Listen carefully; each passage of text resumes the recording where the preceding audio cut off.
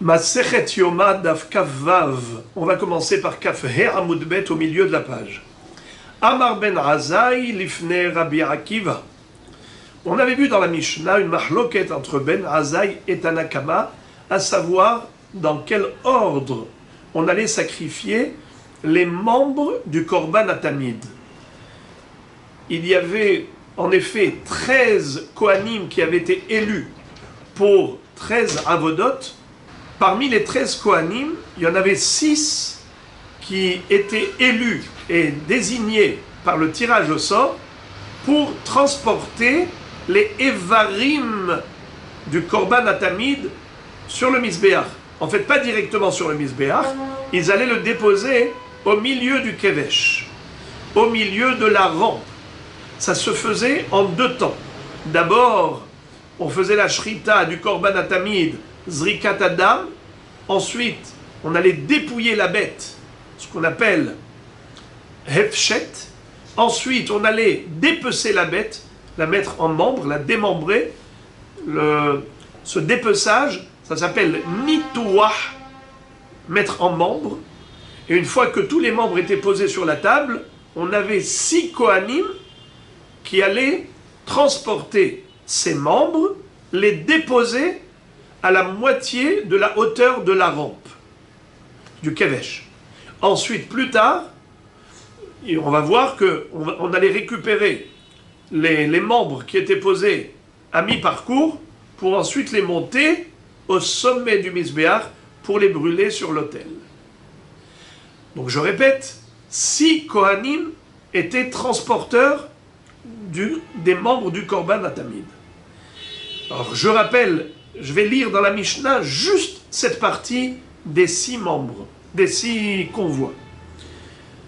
Mimarale Evarim la Kevesh, Harosh ve'aregel, Ushte hayadayim, Haoketz ve'aregel, et Hazeh ve'agera, Ushte atfanot ve'akravaim.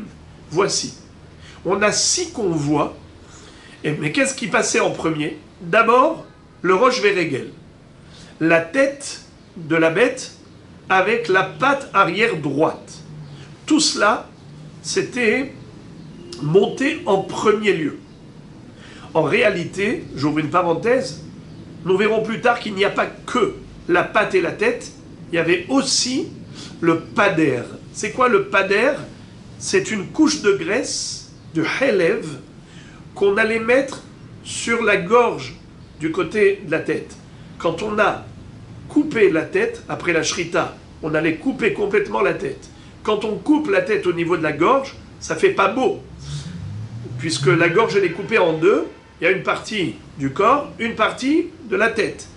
Eh bien, ça fait une tête ensanglantée. Ce n'est pas beau. Alors, pour que ce soit kavod, quand on va le monter sur le misbéach, on mettait d'abord toute cette couche de graisse sur la gorge. Comme ça, la tête qui était posée sur la graisse, on ne voyait pas du tout la mocheté de la gorge. En plus, il y avait la pâte.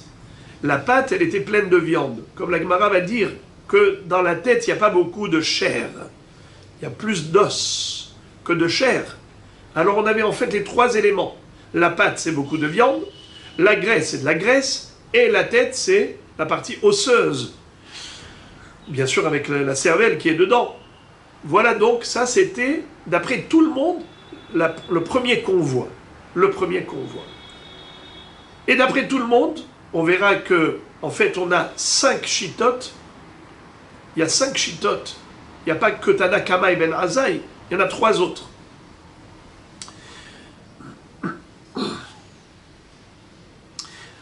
D'après Tanakama, d'abord, premier convoi, c'est Rosh ve'regel. Deuxième transport, Shteyadaim, un Kohen qui va prendre les 2 pattes avant. Troisième transport, c'est un Kohen qui va prendre Roketz varegel. Dans une main, il prend la queue, dans l'autre main, il prend la patte arrière gauche. Vehazé et la poitrine, Vehagera, Gera c'est la gorge, mais en fait c'est tout l'appareil respiratoire qui va avec. Ushte atfanot, et les 2 flancs, donc le flanc c'est-à-dire les deux parties du corps de la bête, la cage thoracique avec tout ce qui va en avant, jusqu'à l'épaule. Shte atfanot, donc c'était un Kohen qui prenait ces deux flancs. Ve'akravaim, et il y avait un Kohen qui allait monter les entrailles. Donc ça fait en tout 6. Mais Ben Azaï a dit à Rabbi Akiva, au nom de Rabbi Yoshua, Derech Hilucho Hayakarev, que que le keves du Korban Atamid était sacrifié Derech Hilucho, c'est-à-dire qu'on allait monter les membres selon l'ordre de la démarche, tel que la bête, elle avance. Donc d'abord, elle a la tête en avant. Mais comme on a dit que la tête, on ne voulait pas qu'elle soit seule, on lui associait la patte. Mais il y a beaucoup de viande pour que ce soit hachouv, à part le pader. Donc, d'après Ben Azaï, on a dit que c'était Derech Hilucho. Alors maintenant, on va voir dans une baraïta le détail de ce que dit Ben Azaï. Tanu Rabanan, Ketzad Derech Hilucho. Ben Azaï a dit au nom de Rabbi Yoshua que le Korban Atamid, lorsqu'on l'avait mis sur la table en membres séparés, comment est-ce qu'on allait le transporter? Il y avait 6 Kohanim qui allaient transporter les différents membres. Mais d'après Ben Azaï, selon quel ordre, dans quel ordre ils allaient monter les membres? Eh bien, dans l'ordre de Derech Hilucho. Comme la bête en étant vivante, comment elle marche? Eh bien, d'abord, Harosh vers Regel. Premier qu'on voit, c'est la tête et la patte arrière droite. Hechazé vers Gera. Ensuite, c'est la poitrine. Évidemment, après la tête, on a la poitrine. Et Hazé vers Gera avec tout le contenu de l'appareil respiratoire. On avait déjà vu ça hier.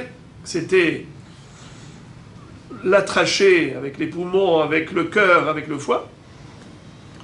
Ushte yadaim, les deux pattes avant, puisque évidemment, tout ce qui est en avant en premier.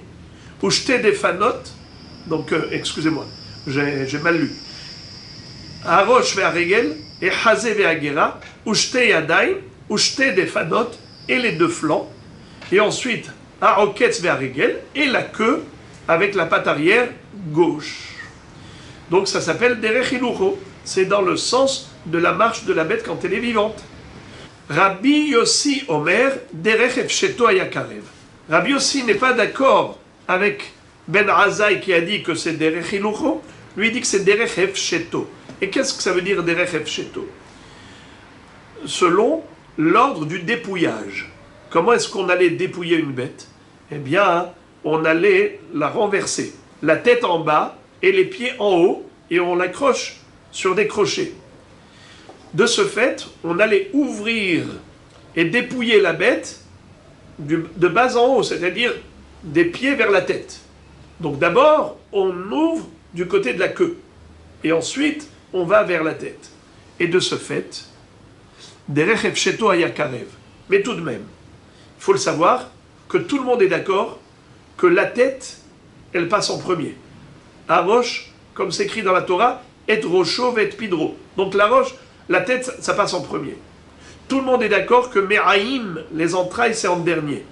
La Mahloket, elle est juste ce qui est intermédiaire, les 4 éléments intermédiaires.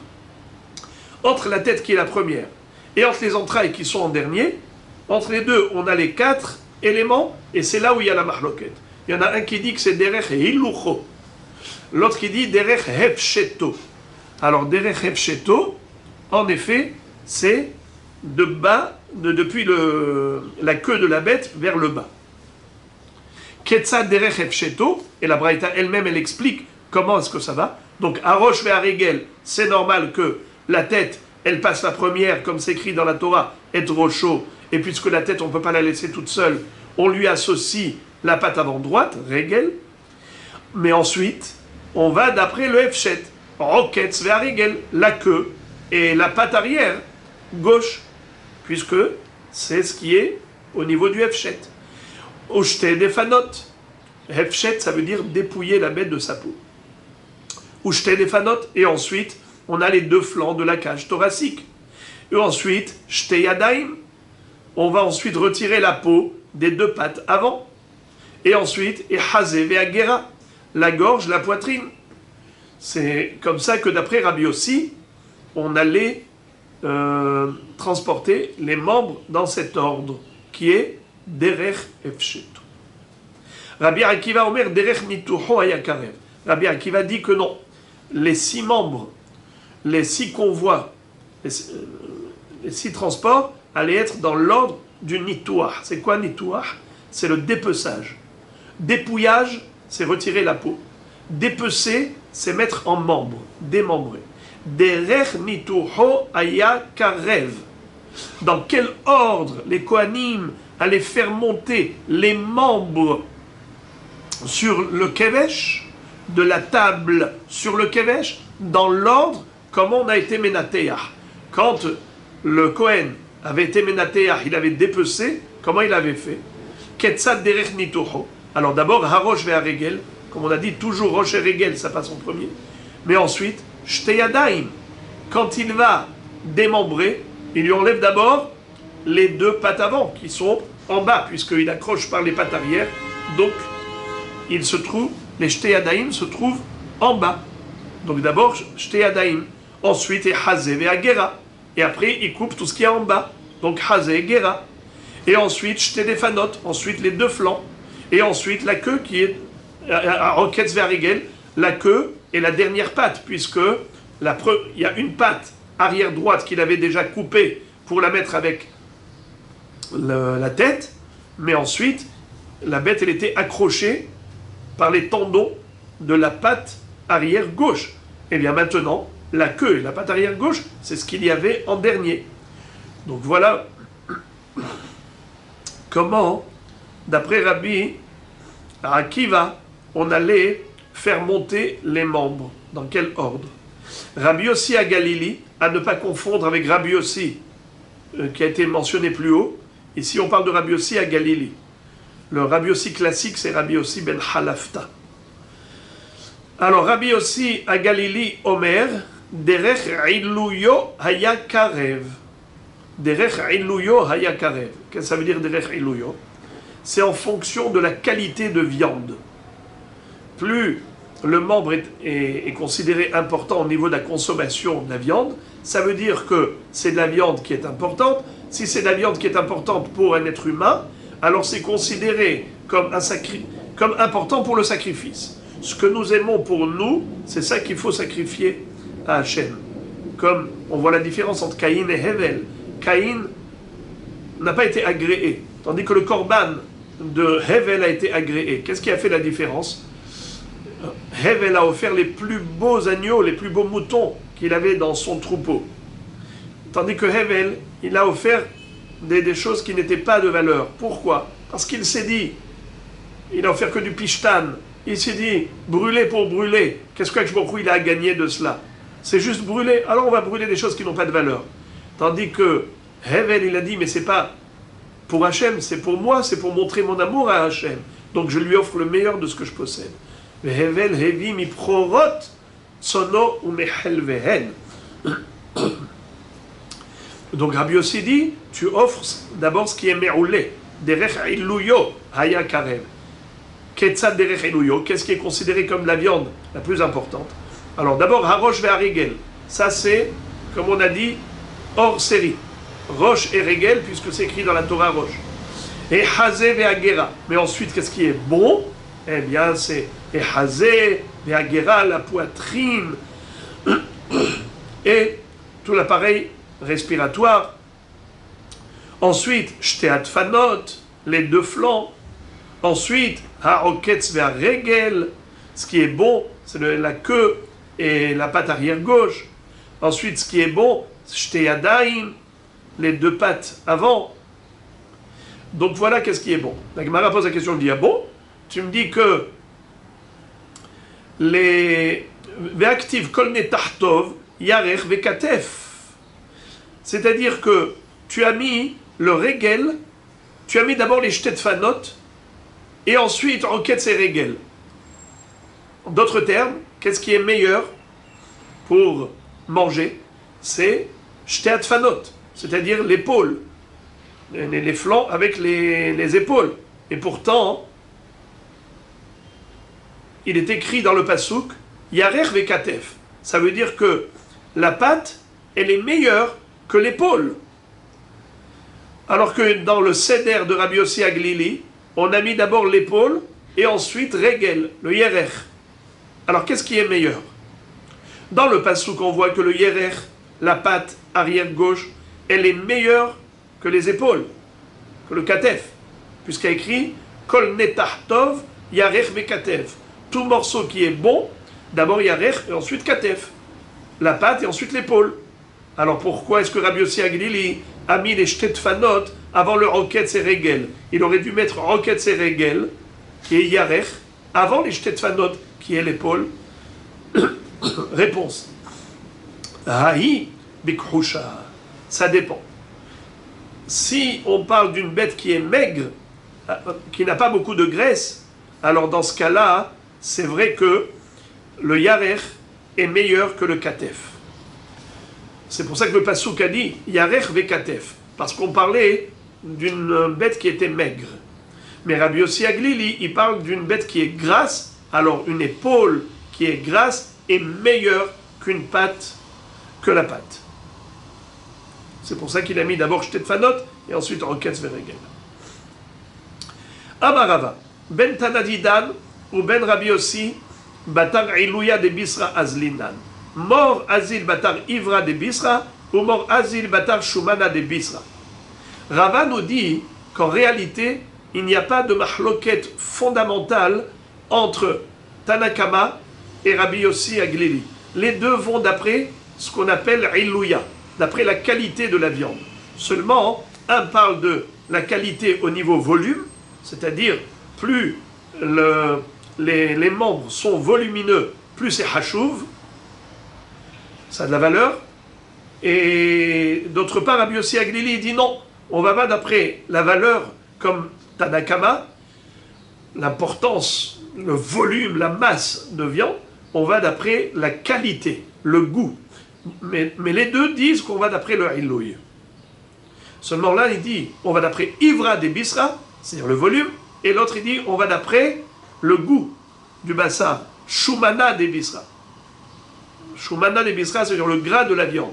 Plus c'est meilleur, plus c'est hachouv, et plus ça passe en premier. Et maintenant, la Gemara pose la question par rapport à la tête. Moi, je vous ai déjà donné l'explication, j'ai anticipé, mais maintenant, on y arrive. Maïtama salka regel bahaderesha. Pour quelle raison on associait toujours, et d'après toutes les opinions, la patte arrière droite à la tête? Mishum deresha nefiche be'atzamot. Car la tête, elle est pleine d'os, ça veut dire c'est surtout un membre osseux. Karba regel bahade. Alors on a associé la patte, puisque la patte elle est charnelle, il y a beaucoup de chair de viande. La Gemara demande, déroulez alma miat rosh karev beresh aminalan. On voit que d'après tout le monde, la tête elle passe en premier.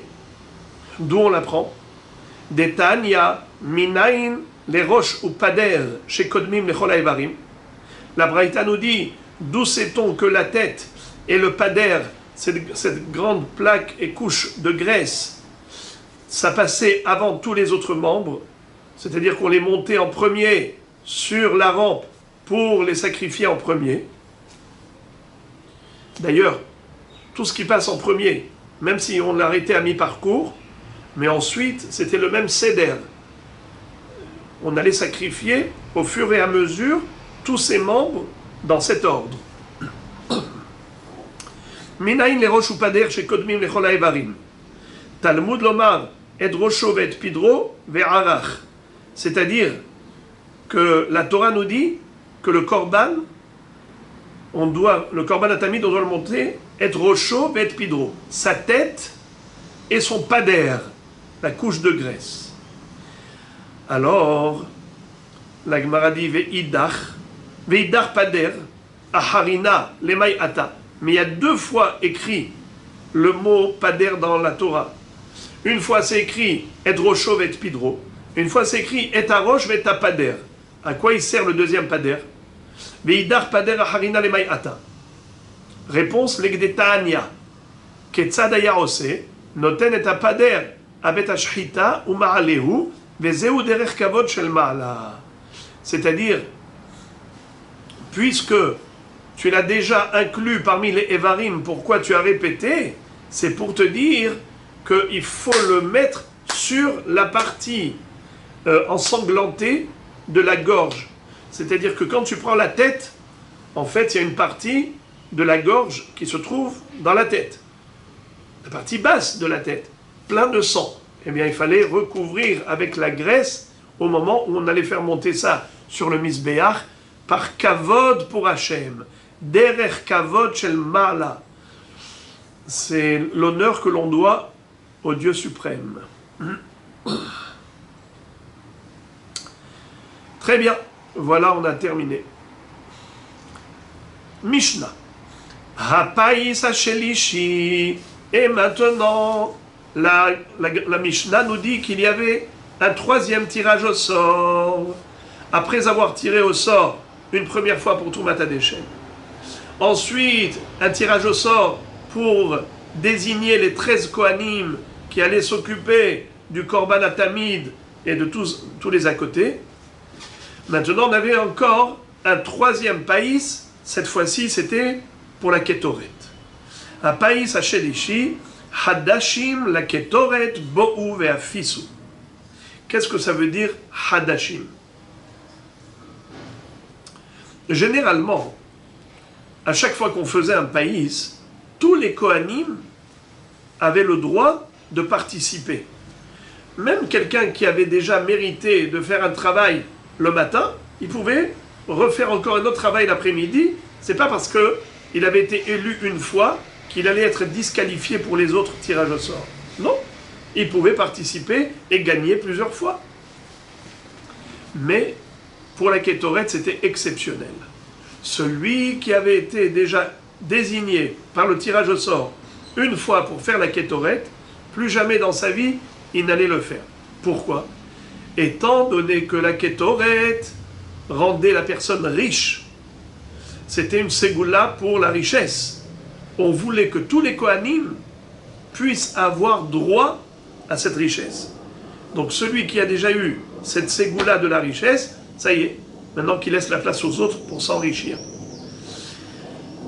Répétons. Hapais hashelishi. Troisième tirage au sort dans la journée dans le Beth Amikdash. Hadashim, des nouveaux Kohanim et pas des anciens. La Ketoret, Bo'u ve'afisu. Venez pour le tirage au sort de la Ketoret. Ve'ariviri, et le quatrième païs, puisqu'on avait dit qu'en tout et pour tout, il y avait 4 païasot dans le Beth Amikdash chaque jour. On disait, on proclamait Hadashim gam yeshanim mi ma'ale evarim min hakevesh la mizbeach. Les anciens et les nouveaux, pas seulement les nouveaux Kohanim qui n'ont jamais fait, même ceux qui avaient déjà mérité de faire ce travail, ont le droit de participer à nouveau au païs. Et ce quatrième païs, quoi? Quel était son but?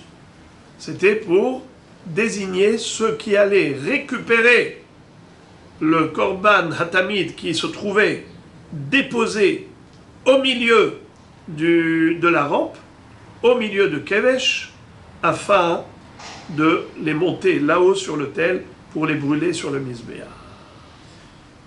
Il serait bon de rappeler la raison pour laquelle on faisait cela en 2 temps.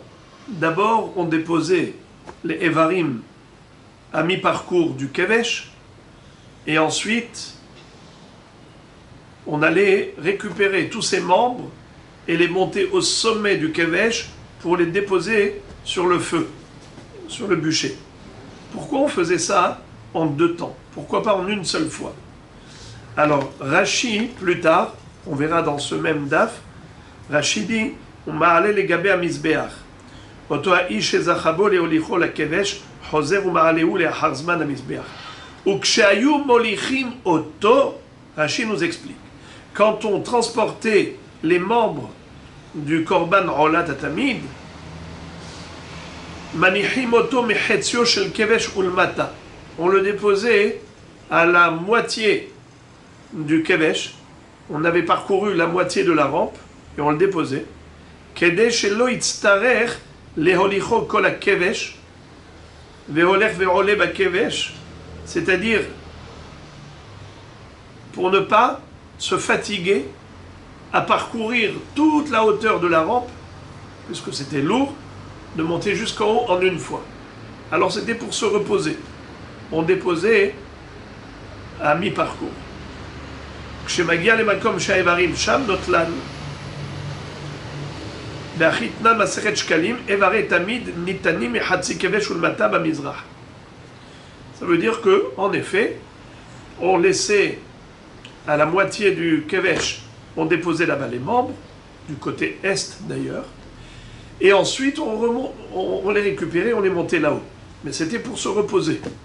Mais il y a un des Rishonim qui s'appelle Rabbi Eliakim. Rabbeinu Eliakim, lui il dit que pourquoi est-ce qu'on faisait ça en deux temps? C'était pour aller faire la tfila, Kriyat Shema et tfila. Donc il déposait d'abord les membres, c'est-à-dire qu'il commençait déjà le travail de monter le tamid, le korban tamid, mais après ça il fallait faire la prière. On sait que la tfila et les korbanot sont parallèles. Aujourd'hui, les tfilot remplacent les korbanot. Mais à l'époque, c'était au milieu du sacrifice qu'il le faisait. Ça veut dire qu'il faisait monter les membres, il les déposait au milieu du kavesh, il faisait la tfila, et après il continuait, il récupérait les autres. D'ailleurs, pour pas que le zman de tfila ne passe, avant que je vous lis ce que dit Rabbeinu Eliakim. כתב שהטעם משום שלאחר שהניחו את האיברים על גבי הכבש, היו צריכים לקרוא קריאת שמע ולהתפלל. Même le Gvuratari, c'est un des Aharonim qui a écrit la même raison, dit quelque chose de très beau. Il dit, לפי זה, בתמיד של בין ה-40, שאינו זמן קריאת שמע, לא היו מניחים את האיברים על גבי הכבש, אלא מוליכים אותם מיד למזבח. Il dit que Kriyat Shema, c'est que le matin. Mais l'après-midi, il n'y a pas de Kriyat Shema. Alors, l'après-midi, on faisait d'un trait. Le Korban Tamid, on n'allait pas s'arrêter à mi-parcours. D'après Rashi, qui dit que c'est une question de repos, alors il fallait se reposer pour le Korban Tamid de l'après-midi, comme pour le Korban Tamid Shel Shachar. Mais d'après Rabbeinu Eliakim, qui dit que c'est une question de Kriyat Shema, ou Tfila, eh bien, il s'arrêtait pour Kriyat Shema, parce que le zman de Kriyat Shema, il ne faut pas qu'il passe. Mais l'après-midi, puisqu'il n'y a pas de Kriyat Shema, il pouvait le faire d'entrée. Gemara, Tana, Me'olam Loshana Adamba. Maïtarma, Amar Rabbi Hanina, Mipene Shema Asheret. Pour quelle raison la Kétoret était attribuée qu'à des Kohanim nouveaux? Jamais un Kohen n'a pu faire deux fois la Kétoret, parce que Ma'asheret, elle rend riche. Et on veut donner l'occasion à tout un chacun de devenir riche, de s'enrichir. Amar le Rav Papa le Abaye. Maïtama, pourquoi dis-tu que la Kétoret, elle enrichit? Et l'imam Mishum dirtiv yasimu Ketora be'apecha, uchtiv batre barech Hashem helo, yachi olanami, haktiv echalil al mizbachecha. Echalil al mizbechecha. Si tu vas me dire que c'est grâce à la bracha de Moshe Rabbeinu, dans Parashat des autres bracha, il est écrit Ule Levi Amar, Tumecha ve'urecha leish hasidecha, asher nisito b'masa teriveu al memeriva. Haomer le'aviv u'li'imo lo reitiv, ואת אחיו לא הכיר, ואת בניו לא ידע, כי שמרו אמרתך ובריתך ימסורו, יורו משפטך ליעקב, ותורתך לישראל, ישימו כתורה באפיך, וחליל על מזבחיך. ברך השם חילו, ופועל ידיו תרצה. Tu vois que les Kohanim qui sont issus du Shevet Lévi ont reçu une bracha. Quelle bracha? Barech Hashem Helo. Moshe Rabbeinu qui demande à Kadosh Baruch Hu bénit leur entreprise. Quand est-ce qu'on a eu cette bracha de bénédiction, de réussite matérielle? Juste après, Yasimu Ketora Be'apecha. les Kohanim qui vont offrir la Ketoret. Yasimu Ketora Be'apecha. Entre parenthèses, Be'apecha, ça veut dire af, le nez. Parce que c'est une façon de parler. Étant donné que la Ketoret, elle donne de l'odeur, c'est une odeur parfumée, à Kadosh Baruch Hu, comme si il respirait l'odeur de ce parfum de la Ketoret. Comme Kadosh Baruch Hu, si on pouvait s'exprimer ainsi, Be'apecha, le af, le nez, il respire l'odeur de la Ketoret. Mais on le sait très bien que la Torah, juste elle emploie des termes qui sont compréhensibles pour l'homme. Dibra Torah kelashon bene Adam, et has veshalom, d'attribuer à Kadosh Baruch Hu des membres ou des organes humains, ou même l'odorat, l'odeur humaine, même quand on dit Reach Nihoach, que c'est une odeur agréable pour un Kadosh Baruch Hu, le korban, ce n'est pas dans le sens littéral du terme. Comme Rashi dit, Reach Nihoach Lashem, Nahat Ruach Lefanai, She Amarti Venaasa Retzoni. C'est une satisfaction pour moi que je vous ai donné l'ordonnance d'offrir des sacrifices et vous m'avez obéi, vous m'avez écouté. C'est cela la satisfaction, c'est pas l'odeur. D'ailleurs, on retrouve que le korban d'un pauvre, c'est quoi? C'est de la volaille. Quand un pauvre apportait une tourterelle ou une colombe comme korban rola, qu'est-ce que dit Akadosh Baruch Hu? Qu'il ne faut pas plumer, il ne faut pas déplumer la bête, l'oiseau. Pourquoi? Parce que le Hani, c'est tout ce qu'il a apporté. Il n'a pas d'argent pour offrir une grosse bête, un animal. Il va apporter une petite volaille. Si en plus on lui retire les plumes, qu'est-ce qu'il va rester? Un petit morceau de rien du tout. C'est une honte pour lui. Il va se sentir gêné. Les gens apportent des grands corbanotes et lui il apporte une petite boule. C'est pour cela que je vous ai dit, laissez les plumes. Et pourtant, les plumes dans le feu, ça dégage une très mauvaise odeur. Mais Akadosh Baruch Hu dit, Venefesh kitakriv mikem. Le Hani, c'est Kilu nafsho makriv. Donc ce qu'Akadosh Baruch Hu veut, c'est le cœur. Ce n'est pas l'objet. Qu'est-ce qu'Akadosh Baruch Hu obtient de cela? Im tzadakta matitenlo. Il obtient juste la soumission de l'homme, l'obéissance de l'homme à faire ce que Dieu lui a demandé. Alors, Yassimu Ketora Be'apecha. Lorsque les Kohanim du Shevet Lévi vont faire la Ketoret, ils mériteront la bracha de Moshe Rabbeinu, Barech Hashem Helo, qui est écrit juste après. Alors la Gemara dit, ce n'est pas possible. Yachi Olanami Aktiv Echalil Al Mizbechecha. Alors dans ce cas-là, pourquoi on ne dirait pas la même chose? Qu'un Kohen qui a sacrifié Korban Ola une fois, il ne faut plus qu'il sacrifie une deuxième fois. Puisque c'est écrit dans le même pasouk, Yassimu Ketora Be'apecha, Vechalil al Mizbechecha. C'est quoi Khalil? Khalil, c'est le Korban Ola qui est entièrement consumé sur le Mizbeach. Il est Khalil. Vechalil al Mizbechecha. Est-ce qu'on a déjà dit une chose pareille? Que un Kohen qui a offert Korban Ola ne peut plus sacrifier une deuxième fois, il ne faut pas qu'il participe au païs, jamais. Alors quelle différence? C'est écrit dans le même pasouk. La Gemara de répondre à Marley, ha shechiha veha lo shechiha. C'est la logique qui nous permet de nous aiguiller. Dans le sens où, c'est vrai que dans le pasouk, on a Barech Hashem Helo par rapport à une opération. Quelle opération? Ketoret ou opération Ola? C'est forcément Ketoret. Pourquoi? Car la Ketoret, c'est quelque chose de rarissime. C'est juste le matin et juste le soir. Alors que Korban Ola, par milliers, était offert. Tout celui qui voulait apporter un Korban Ola pouvait l'offrir. Alors, qu'est-ce qui enrichit? C'est l'opération rare de Ketoret et non pas l'opération fréquente de Khalil, du Korban Ola. Puisqu'on a parlé de ce pasouk, qu'est-ce qui est écrit dans ce pasouk? De Yassimu Ketora Be'apecha, Vechalil al Mizbechecha. Juste avant, il est écrit Yoru Mishpatecha li Yaakov. Le Shevet Lévi enseignera la Torah à la communauté de Jacob, c'est-à-dire au Ham Israël. Amarava, lo mishkah hatzur b'merabanan demore, et la deate mishevet Lévi ou mishevet Issachar. Quand tu vois un Talmid Chacham qui enseigne la halacha, more hora'a, eh bien, il vient certainement du Shevet Lévi ou du Shevet Issachar. Lévi, dirtiv yoru mishpatecha li Yaakov. À propos de Lévi, Moshe Rabbeinu va dire, ils enseigneront les lois à la communauté de Yaakov. Et Issachar, dirtiv, ou bnei Issachar yod'i bina la'itim, la da'at ma'ya'ase Israël. Et du chevet Issachar, qui étaient des érudits en Torah, il est dit, ce sont eux qui vont enseigner la sagesse et le savoir, la da'at ma'ya'ase Israël, pour que Israël sache quoi faire. Donc ils enseignaient la halach. La Gemara demande, pourquoi tu ne rajouterais pas aussi chevet Yehuda? Ve'ima Yehuda nami, dirtiv Yehuda mechokeki. Il y a un pasouk dans l'Haftara de Dévorah, Yehuda mechokeki. Yehuda, il enseigne le chok. Réponse, Asuke shmateta liba de ilcheta ka'amina.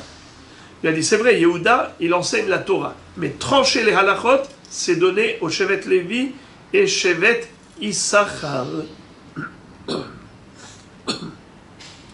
Amar Rabbi Yochanan. Et maintenant, on revient au sujet. En mefaisin al tamid shel ben arba'im. Et la Kohen shezachabo beshacharit, zochebo be'arvit. Rabbi Yochanan nous dit, le païs qu'on a trouvé dans la Mishnah à propos du Korban Tamid, c'est uniquement par rapport au Tamid du matin, mais pas le Tamid de l'après-midi. Alors qui est-ce qui allait opérer pour le Tamid de l'après-midi? Eh bien les mêmes. Celui qui a été zoché le matin était zoché pour l'après-midi, d'une pierre deux coups. On n'avait pas besoin de faire un païs spécial. La Gemara s'étonne, elle dit Métive. Pourtant, on a appris dans une braïta Keshem she mefaisim shacharit, car mefaisim ben arbaim. Clairement, il est écrit dans la braïta que de la même façon qu'on faisait un païs le matin, on en faisait également l'après-midi. Alors la Gemara de répondre que Kitania haïba ketoret, bektoret. La braïta ne parle pas du korban tamid. Elle parle de ketoret. De la même façon qu'on faisait un païs pour la ketoret du matin, on faisait un païs pour la ketoret de l'après-midi. Ce n'était pas le même Kohen qui avait mérité la ketoret le matin qui allait faire l'après-midi, puisqu'on a déjà dit qu'il fallait donner l'occasion à tout un chacun de s'enrichir. Par contre, pour le korban tamid, pas besoin de refaire un païs, car les mêmes Kohanim qui avaient mérité le matin, méritaient pour l'après-midi, aller faire l'après-midi. Aïe, aïe, aïe, la Gemara pose une question encore à partir de la braïta suivante. Ve'atania, keshem shemefaisin lo beshacharit, car mefaisin lo arvit. Lo, ça veut dire lui, le korban tamid. De la même façon qu'on faisait un païs pour lui le matin, korban tamid, ainsi on faisait un païs pour lui, le korban tamid l'après-midi. D'où on sait qu'on parle du korban tamid? Comment on sait que c'est pas la ketoret? Car la ketoret c'est féminin et tamid c'est masculin. Donc forcément, si on parle de l'eau et pas de la, c'est qu'on parle pas de la ketoret. La Gemara répond, et elle dit ima la. Corrige, en fait on parle de la ketoret. Et on dit que de la même façon que la ketoret, on faisait un païs le matin, on faisait païs pour la ketoret l'après-midi. Alors au lieu d'écrire le mot l'eau, tu écris la. Il faut corriger.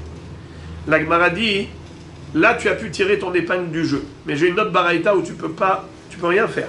Mais à Tania, keshem shemefaisin lo shacharit, car mefaisin lo arvit. Ou keshem shemefaisin la shacharit, car mefaisin la arvit. Dans cette baraïta, on voit deux parties de la baraïta. Le lo et le la.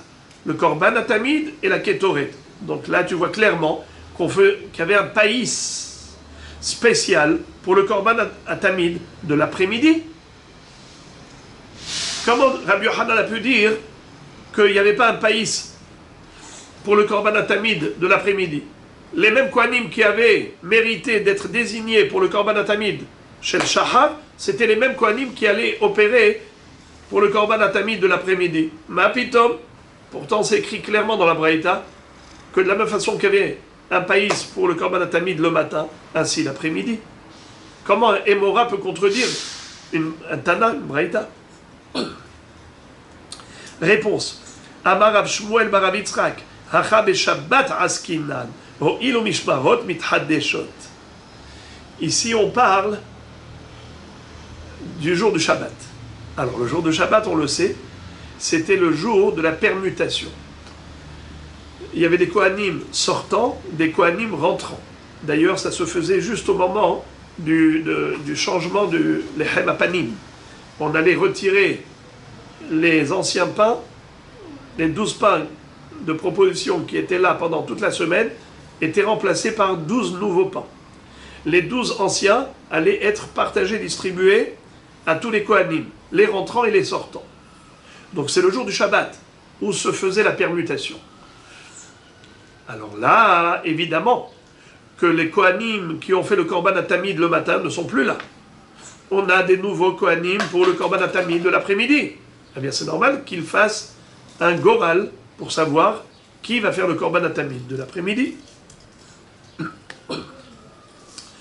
Et la Gemara pose la question, elle dit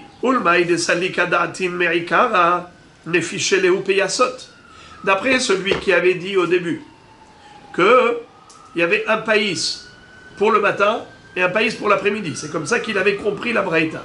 Comment il peut dire une chose pareille? Mais il y a écrit que Arba Piyasot Ayusham. Durant la journée du culte sacrificiel dans le Beth Amikdash, il n'y avait que 4 tirages au sort. Comment est-ce qu'il a pu penser Bichlal, qu'il pouvait y avoir encore un païs pour le Korban Atamid de l'après-midi? Dans ce cas-là, ce serait un 5e païs.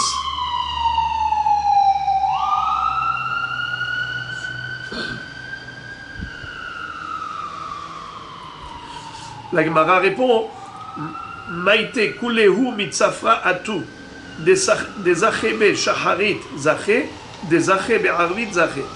En fait, même si on a dit qu'il y avait un païs pour le Korban Atamid de l'après-midi, d'après celui qui pensait pas comme Rabbi Yohanan, malgré tout, il n'a pas de problème avec la Mishnah qui a dit qu'il n'y avait que Arba Piyasot. Car on a déjà vu ça hier, que Arba Piyasot, ça veut dire 4 rassemblements. On allait se rassembler pour un païs, ou bien pour 2 païs, ou pour 3 païs. Ce n'est pas jeune, ça s'appelle un seul païs. Car quand on a dit Arba Piyasot, ça veut dire 4 rassemblements pour le païs. Mais dans la foulée, une fois qu'on est déjà rassemblé pour un païs, par exemple, on s'est réunis pour le Korban Atamid du matin. Eh bien, il n'y a pas de problème. On a terminé de désigner ceux qui vont opérer pour le Korban Atamid du matin. On va faire un 2e païs dans la foulée pour le Korban Atamid de l'après-midi. C'était ça ce qu'il pensait, ce Emora. Mais Rabbi Yohanan a dit que non. Rabbi Yohanan a dit que c'est les mêmes Kohanim qui avaient été désignés par le Goral le matin qui allaient avoir la chance de sacrifier également le Korban Atamid l'après-midi, de transporter le Korban Atamid l'après-midi. Et maintenant, la Gemara nous dit Harevi'i Hadashim Yeshanim Bo'u ve'afisu. Après le 3e païs qui était pour la Kétoret, on allait faire un 4e païs. Pourquoi faire? Pour le complément. C'est-à-dire, il y avait des Kohanim qui avaient fait le mi-parcours. Ils avaient d'abord pris les membres sur la table, et ils les ont montés sur la rampe, et ils les ont déposés à mi-parcours, au milieu de la rampe. Mais après ça, il fallait encore un autre païs pour faire monter les membres du milieu de la rampe jusqu'au sommet du Mizbeach. Alors là, c'était un 4e païs. Areviri, Hadashim, Yeshanim, Mima'ale Evarim, Minakevesh, la Mizbeach. La Gemara nous dit Matnitin de l'ok Rabbi Eliezer ben Yaakov. A priori, cette Mishnah ne peut pas aller d'après Rabbi Eliezer ben Yaakov.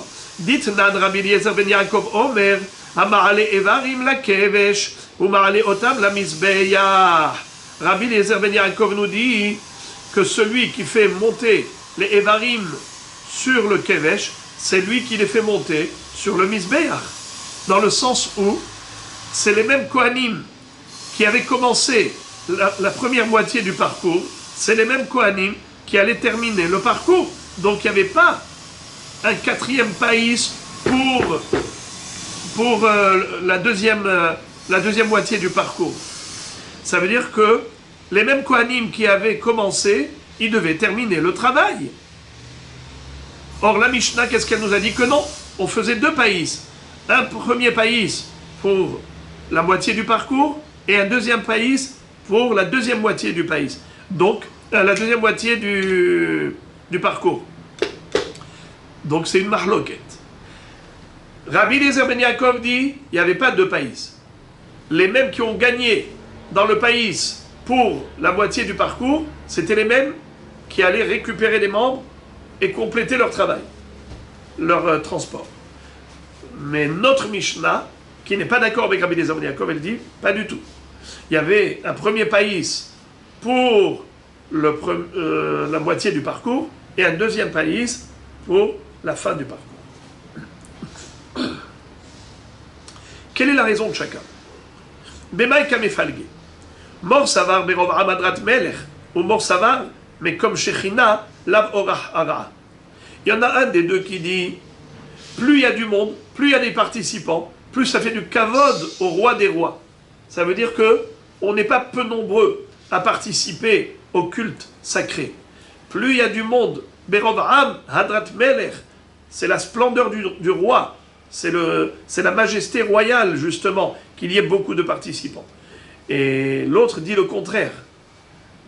Mor savar makom shrina lav orach ara. Pourquoi le contraire? C'est parce que, c'est Rachid qui explique ça brillamment. Demithaze keman de tariach le milta. Rachid dit, si la même personne qui a commencé le parcours ne complète pas, eh bien c'est comme si pour elle, c'était quelque chose, un fardeau lourd qu'elle cherche, dont elle cherche à se décharger. C'est comme si la Avodat Hashem, c'était un lourd fardeau à porter. Alors, plus on s'en débarrasse, mieux on se porte. Alors, je fais que la moitié et je termine pas le travail. Chas v'shalom. Chas v'shalom. Au contraire, mais comme Shechina, faut montrer que Hamathil ba mitzvah, omrim lo gmor. Celui qui a commencé la mitzvah, il la termine, il la complète, il continue.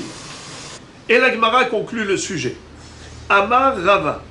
Lo Rabbi Eliezer ben Yaakov itle de Rabbi Yehuda, velo Rabbi Yehuda itle de Rabbi Eliezer ben Yaakov.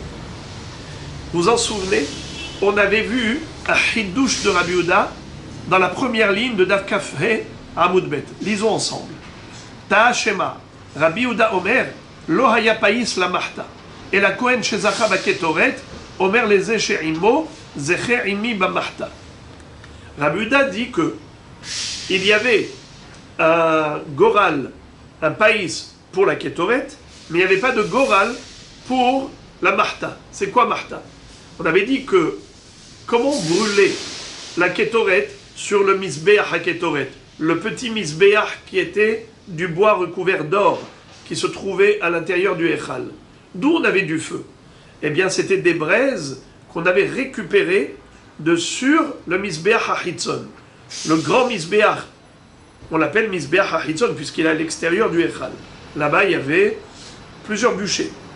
Un bûcher pour les korbanot, un bûcher pour le korbanat tamid et un petit bûcher qu'on appelle Ma'aracha Shenia Shel Ketoret. C'est à quoi servaient ces bûches de bois? Pour fabriquer des braises. Une fois qu'on avait brûlé que c'était des braises, on venait avec l'encensoir, avec une marta, une pelle, et avec cette marta, cette pelle qui était pleine de braises, on allait déposer ces braises sur le misbeach à Pnimi, le misbeach à Zahab, qu'on appelle misbeach à Ketoret. Et là-bas, on allait mettre sur ces braises la Ketoret pour dégager le parfum de la Ketoret. Mais qui est-ce qui allait prendre les braises de sur l'autel? Pas le Kohen qui allait mettre la Ketoret sur les braises. Un autre Kohen, celui qui était à sa droite, il lui disait Zecher imi, ba Ketoret. Voilà, moi, je l'ai gagné par le Gora, la Ketoret. Toi, tu es à ma droite, va me chercher les braises. Ça, c'est Rabbi Yehuda. Maintenant, Rabbi Eliezer ben Yaakov, d'après lui, il nous avait dit que c'est les mêmes Kohanim qui avaient fait la première moitié du parcours qui allaient compléter le parcours. Alors, dans ce cas-là, d'après Rabbi Eliezer ben Yaakov, il n'y avait pas de païs pour la deuxième moitié du parcours. Alors, ça fait que 3 païs, pas 4. Pourtant, on a dit qu'il y avait 4 piassotes. Rabbi Eliezer ben Yaakov te dit, tu veux savoir c'est quoi le 4e païs? C'est Mizoché Marta, qui est le Kohen qui va mériter d'aller chercher les braises de sur l'autel d'en haut pour les amener dans le petit autel, dans le Echal, pour la Ketoret. Rabbi Eliezer ben Yaakov dit, Même ça, ça se faisait avec le Goral. Il y avait un Kohen qui a gagné la Kétoret par le Goral, et un autre Kohen qui allait gagner aussi, grâce au Goral, la Mahta. Voilà comment Rabbi Eliezer Ben Yaakov complète les quatre. Il dit, quatrième Goral, à quoi il sert? Pas pour la deuxième moitié de la rampe. Ça servait pour la Mahta de la Kétoret. Alors, la Gemara dit, Rabbi Yehuda n'est pas d'accord avec Rabbi Eliezer Ben Yaakov, et Rabbi Eliezer Ben Yaakov n'est pas d'accord avec Rabbi Yehuda. Pourquoi? Rabbi Eliezer Ben Yaakov, lui, qu'est-ce qu'il a dit? Qu'il n'y avait pas de païs pour la deuxième moitié du parcours. Alors, il remplace ce païs par quoi? Par la Martha. Mais Rabbi Yehuda lui dit, c'est pas vrai, la Martha ne se faisait pas avec un Goral. Alors, comment on a le quatrième Goral? Eh bien, c'est pour la deuxième moitié du parcours. C'est ça ce que dit Rava. Amarava, lo Rabbi Eliezer Ben Yaakov, itle de Rabbi Yehuda, lo Rabbi Yehuda, itle de Rabbi Eliezer Ben Yaakov. Ni l'un pense comme l'autre, et ni l'autre pense comme l'un, c'est-à-dire, un il dit, le païs, c'était pour la Martha, et l'autre dit, le païs, c'était pour la deuxième moitié du transport. Dimken, batsroulehu piasot, car sinon, il manquerait l'un des quatre païs. Or, tout le monde est d'accord qu'il y avait quatre païs. Donc, c'est que, forcément, l'un n'est pas d'accord avec l'autre. Et si jamais tu trouvais une Mishnah ou une Braïta, pas une Mishnah, si jamais tu trouvais une Braïta qui dit qu'il y avait 5 païs, eh bien, c'est que ce Tana-là, cette Braïta-là, elle ne pense ni comme Rabbi Yehuda, ni comme Rabbi Eliezer Ben Yaakov. Ni comme Rabbi Yehuda qui a dit qu'il n'y avait pas de païs pour la Martha. Et ni comme Rabbi Eliezer Ben Yaakov qui a dit qu'il n'y avait pas de païs pour le deuxième transport. Eh bien, si tu trouves quelqu'un qui dit qu'il y a 5 piasot, c'est qu'il pense que oui, il y avait païs pour la Martha, et oui, il y avait un païs pour la deuxième moitié du transport. Nouvelle Mishnah. Tamid karev betisha'a, be'asara, be'had'asar, bishnem asar, lo pachot, velo yoter. Puisqu'on parle du korban atamid, la Mishnah nous enseigne que le korban atamid peut parfois être sacrifié par le biais de 9 personnes, 9 Kohanim, parfois Ba'asara, il en faut 10, parfois Behadasar, 11, et parfois 12. L'opahot veloyoter, ça ne peut pas être moins et ça ne peut pas être plus. Et la Mishnah s'explique. Ketzad, comment? Atzmo betisha. Si c'est un jour normal, alors il faut 9 personnes. Comment est-ce qu'on arrive à 9? Rashi nous dit Hamisha la Evarim, il faut 5 personnes pour les membres, Behad la Kravaim et un Kohen pour les entrailles, ça fait déjà 6, on a déjà vu, Behad les Solet, Behad la Habitin, Behad la Yaim. Et un Kohen pour transporter le Solet de Mincha Belula Bashemen, puisque il faut qu'il y ait un Korban Mincha qui accompagne le Korban Tamid, ce qu'on appelle Minchat Tamid.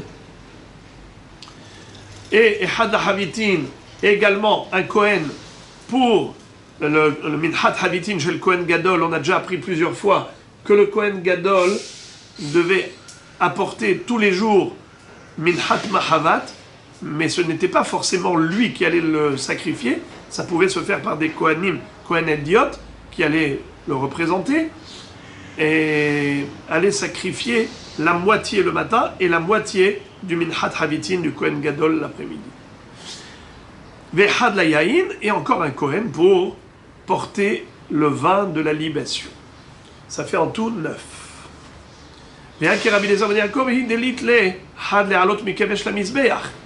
Ça veut dire que, en effet, cette Mishnah, elle va comme Rabbi Eliezer Ben Yaakov qui a dit que c'est le même Kohen qui avait posé le Korban Atamid à mi-chemin qui allait le récupérer pour compléter le parcours. Donc c'est pour cela que on se suffisait de 9 Kohanim. Répétons, 6 pour les membres du Korban et 3 supplémentaires, l'un pour le Solet, l'un pour Havitin et l'autre pour le Yain. Bahag, Beyad Ehad Tzlochit Shel Maim. Pendant la fête de Sukkot, il fallait encore un Kohen, un 10e Kohen, qui allait transporter l'eau de la libation de l'eau, puisque parallèlement à la libation de vin, pendant les 7 jours de Sukkot, il fallait faire la libation de l'eau. Arekan Asara, ça fait 10. Ben Arba'im, Behad Asar, Hu Atzmo Betisha, Ushnaim Biyadam, Shne Gezirei Etzim. Tous les après-midi, on ne parle pas de la fête de Sukkot, non, un après-midi classique, il y a toujours un korban atamid de l'après-midi. Alors le korban atamid de l'après-midi, il a déjà 9, nachon, mais il faut rajouter encore 2, ça fait 11. Pourquoi? Shnaim biyadam, shne gezirei etzim. Il y avait une mitzvah de rajouter sur le bûcher 2 bûches de bois, shne gezirei etzim. Alors il fallait 2 kohanim. Chacun allait prendre une bûche de bois. Donc 9 plus 2, ça fait 11. Beshabbat, Behad Asar. Le Shabbat également, 11 kohanim sont nécessaires. Hu Atzmo Betisha. Le tamid du matin, le Shabbat matin, il faut 9 personnes, on l'a déjà dit. Ushnaim biyadam shne baziche levona shelechem apanim. Mais il y avait également, à ce moment-là, la combustion des 2 louches, des 2 kelim qui contenaient la levona, qui était posée à côté des 2 colonnes de pain sur le shulchan. C'est ça ce qu'on allait brûler le jour du Shabbat sur l'autel, c'était les 2 baziché levona.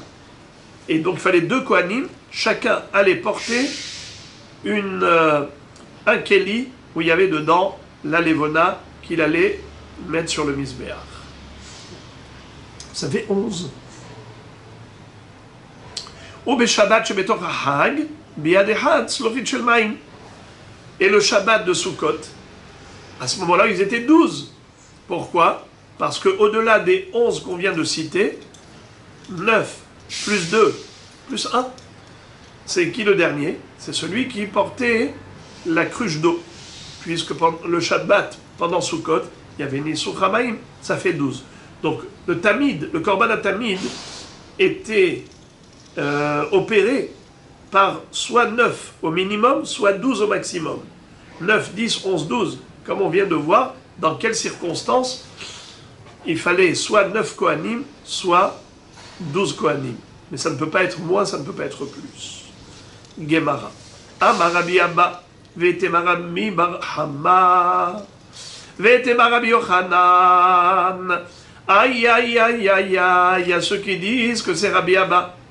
Il y a ceux qui disent que c'est Rabbi bar Hama, certains disent que c'est Rabbi Yochanan, qui a enseigné la chose suivante.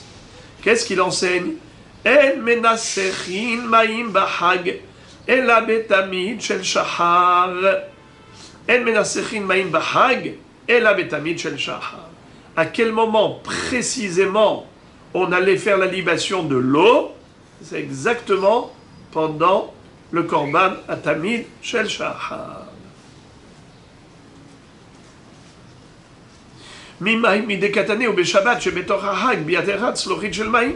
Puisqu'on a dit à la fin de la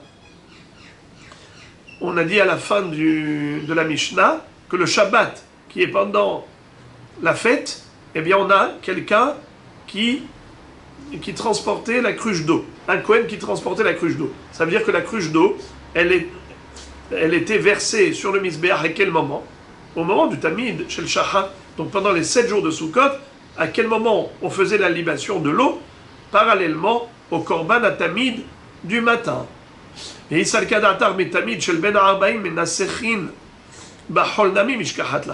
or, si tu penses que on faisait la libation de l'eau pendant Sukkot, pendant le korban atamid de l'après-midi, alors dans ce cas-là, même un jour de Hol, c'est pas spécialement le Shabbat de Sukkot qu'on allait avoir 12 Kohanim qui vont servir. Même en semaine de Sukkot, puisque un korban atamid classique l'après-midi, on a déjà dit qu'il fallait 11 personnes. Il fallait 11 personnes. Puisqu'il fallait 11 personnes pour un korban atamid classique, tous les jours, eh bien, un korban à tamid de Sukkot, si tu me dis que la libation de l'eau se faisait parallèlement au tamid chez le Ben Arbaïm, donc voilà, tu as trouvé 12. Pourquoi tu avais besoin de dire que c'est Davka le Shabbat de Sukkot qu'on a 12 personnes? Mais non, tu as aussi tous les après-midi de Sukkot qu'on faisait korban à tamid, tu pouvais avoir 12 personnes. Et la vadaï que non. La libation de l'eau ne se faisait pas l'après-midi, ça se faisait que le matin. Donc on ne peut pas avoir 12 pendant la semaine de Sukkot l'après-midi. La Gemara mène une preuve. Amaravashi afananami tanina.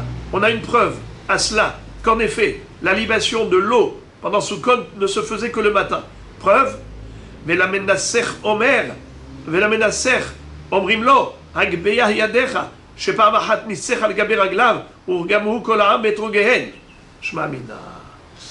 On raconte qu'il y a eu une fois un Kohen Tzedoki, un Kohen qui était sadducéen, qui ne croit qu'en la Torah écrite par la Torah orale.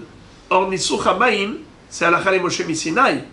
Nisuch HaMaim, la libation de l'eau n'est pas écrite clairement et formellement dans la Torah. C'est pas écrit, c'est dans la Torah orale, pas la Torah écrite. Certes, il y a un remez. Il y a un remez, même, yud, même, dans les korbanot de Sukkot, on retrouve Kemishpatam, Unsachem, Unsachea. Donc, on a même, yud, même, mais tout ça, c'est qu'un remez. La halakha le Moshe Misinaï nous a enseigné qu'il faut faire la libation de l'eau pendant les 7 jours de Sukkot. Eh bien, qu'est-ce qui s'est passé? Il y avait une fois un Kohen qui était Tzedoki, qui n'a pas voulu faire ça. Quand il a pris la cruche d'eau, au lieu de mettre dans le bec, dans le keli qui se trouvait ancré dans le misbéach, dans l'angle du misbéach, au lieu de verser l'eau là-bas, qu'est-ce qu'il a fait? Il a versé sur ses pieds. Tous les gens qui étaient là, ils avaient des etrogim, ils faisaient la mitzvah de Arba Minim, avec leur etrog, ils l'ont lapidé. Ils l'ont lapidé avec leur etrog. À quel moment on a le etrog? Le matin ou l'après-midi? Évidemment le matin. Donc de là, on peut déduire que la libation de l'eau se fait le matin et pas l'après-midi, car l'après-midi, il n'y a pas de etrog pendant Mincha. Et la vadaï, que ça se fait le matin. Relisons dans les mots. Amaravashi, af ananamitanina, vela menaser, omrim lo agbeya yadecha. Celui qui vient avec la cruche d'or lui dit, lève ta main, on veut voir que tu as bien versé dans le keli qui se trouve fixé à l'angle du misbéach et non pas sur tes pieds. Une fois il y en avait un qui était Tzedoki, qui a versé l'eau sur ses pieds. Et tout le monde l'a lapidé avec leur etrog. Shmamina, ça veut dire que la libation de l'eau se fait effectivement le matin. Tanya, Rashbi Omer, Minayin le tamid shel ben ha'arbaim, shetaun shne gezirei etzim bishne kohanim. Rabbi Shimon Bar Yochai nous dit, d'où sait-on que le tamid, le korban à tamid de l'après-midi, on a besoin de rajouter sur le bûcher 2 bûches de bois par 2 kohanim. Sheneemar, ve'arechu etzim.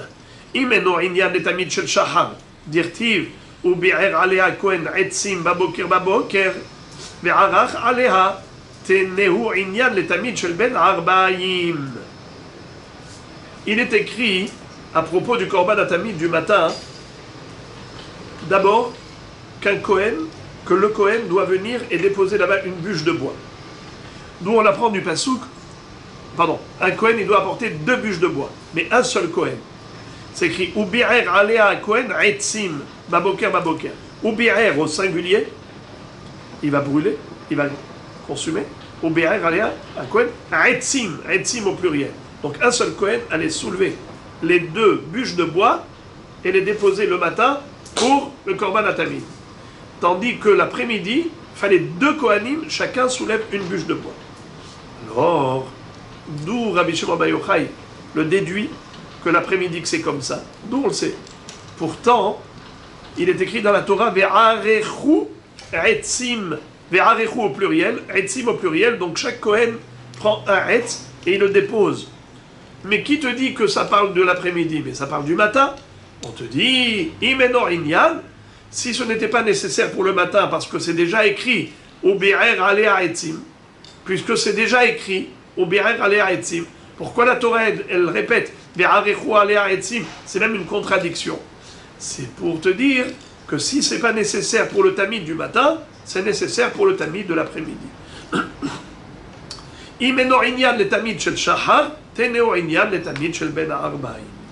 Voilà comment Rabbi Shimon bar Yochai a déduit que les deux etzim du matin, c'est déposé sur le bûcher par un seul Kohen, mais les deux etzim de l'après-midi, c'est déposé par deux Kohanim. Parce que le matin, c'est écrit au bi'er, alea etzim, bi'er au singulier, ve'arechu pour l'après-midi au pluriel. La Gemara objecte. Elle dit, ma pitom. Mais peut-être que on peut comprendre autrement. Ve'ima. D'abord, je relis dans les mots. Tanya Rashbi Omer. Minayin le tamid shel ben ha'arba'im shetaun shne gezerei etzim mishne kohanim. D'où sait-on que le korban tamid de l'après-midi requiert 2 bûches de bois par le biais de 2 kohanim. Shenemar ve'arechu etzim. Ve'arechu au pluriel, etzim au pluriel. Donc chacun il prend un etz, ça fait 2. Imenor inyan le tamid shel shahar. Et si on n'a pas besoin de ce passouk pour le tamid du matin, dirtiv ou bi'ar alea kohen etzim baboker ve'arach alea, puisqu'il est déjà écrit qu'un seul kohen va prendre 2 etzim le matin et il va l'établir sur le bûcher. Teneo inyan le tamid shel ben arbaim. Alors utilise ce passouk pour le tamid de l'après-midi. Et la Gemara réfute en disant ve'ima, je peux dire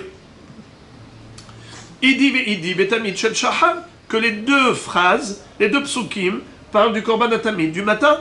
Ve'amar Hamana aved ve'hadar aved. Et la Torah te dit fait et encore fait. Qu'est-ce que ça veut dire? Fait et encore fait. D'abord un Kohen il fait monter 2 bûches de bois et ensuite 2 Kohanim il faut monter 2 bûches. C'est-à-dire que peut-être qu'il faut en tout 4 bûches de bois.